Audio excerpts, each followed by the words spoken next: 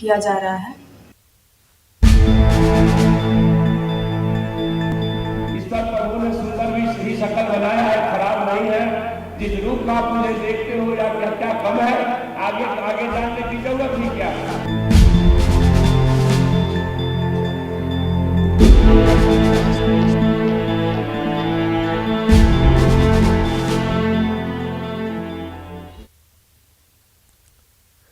रामचरितमानस पर शिक्षा मंत्री चंद्रशेखर के बयान पर सियासी घमासान जारी है, लेकिन मंत्री अपने बयान पर टस से मस होने के लिए तैयार नहीं है। उन्होंने कहा कि वो अपने बयान पर कायम है। शिक्षा मंत्री चंद्रशेखर ने एक बार फिर से रामचरितमानस को नफरत फैलाने वाला ग्रंथ करार दिया।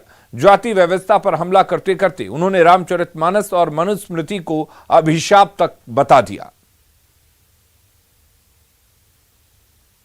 आप रामचरितमानस के उत्तरकांड के उस दोहे को याद करिए, पढ़िए निकाल करके, जिसमें लिखा है अधम जाति में विद्या पाए, भयहु जथा अहि दूध पिलाए।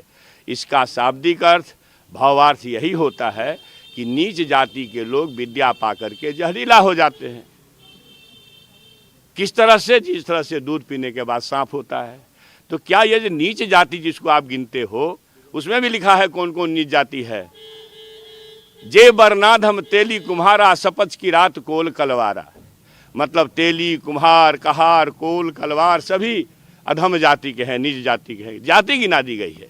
तो मैं ये कहना चाहता हूँ कि 90% लोग अगर जाति के नाम पर अपमानित थे 3000 साल पहले और आज भी अपमानित हैं। जीतन राम मांझी मंदिर में जाते हैं, दुर्गा मंदिर में मधुबनी में, और पूजा करके आते हैं, तो पाखंडी लोग जो मेरा जी काटने का फतवा देते हैं, उन लोग गंगा जल से धोते हैं।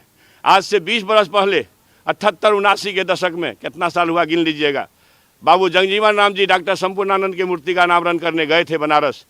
किए डॉक्टर संपूर्णानंद की मूर्ति का अनावरण, और बाद में पाखंडियों ने उनको गंगा जल से धो करके शुद्ध कर दिया। आज से दो साल पहले, महज 2 साल पहले रामनाथ कोविंद सपत्नीक गए थे धर्मपत्नी के साथ जगन्नाथपुरी मंदिर में। पाखंडियों ने गर्भगृह में नहीं जाने दिया। कौन क्या है इसके पीछे, कौन सा विचार चल रहा है?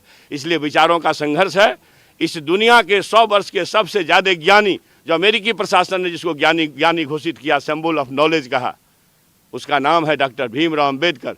उन्होंने मनुस्मृति को 1927 में क्यों जलाया, जरा इसको जाने देशवासी। मैं अभी भी अपनी बात पर अडिग हूँ। और जातिवाद का विरोध करते हुए उन्होंने अपने नाम को भी सरनेम से अलग रखने का हवाला दिया।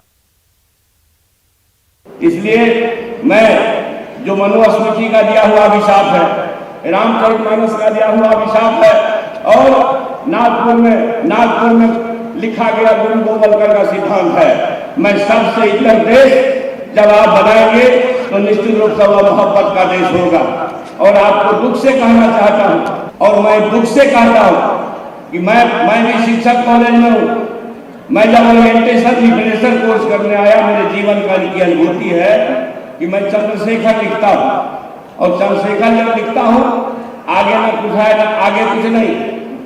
तो हम जब लिटरेचर कोर्स ओरिएंटेशन में आए, तो पढ़े लिखे छात्र, पढ़े लिखे शिक्षक पीएचडी डिग्री करते थे, चंद्रशेखर के आगे कुछ है कि नहीं। तो दुख होता था जानते हुए, हम लोग को ये कहते थे भाई 6 फीट में 1 इंच कम है। ईश्वर प्रभु ने सुंदर भी शक्ल बनाया है, खराब नहीं है। जिस रूप में आप मुझे देखते हो या क्या कम है, कहना चाहता हूँ, हे बिहार के महान पुरुषों के महान सपूतों, जातियों की नफरत को फेंको तो देश ताकतवर बनेगा, देश विश्वगुरु बनेगा, भारत सोने की चिड़िया कहलाएगा। और सरनेम के मुद्दे पर बीजेपी नेता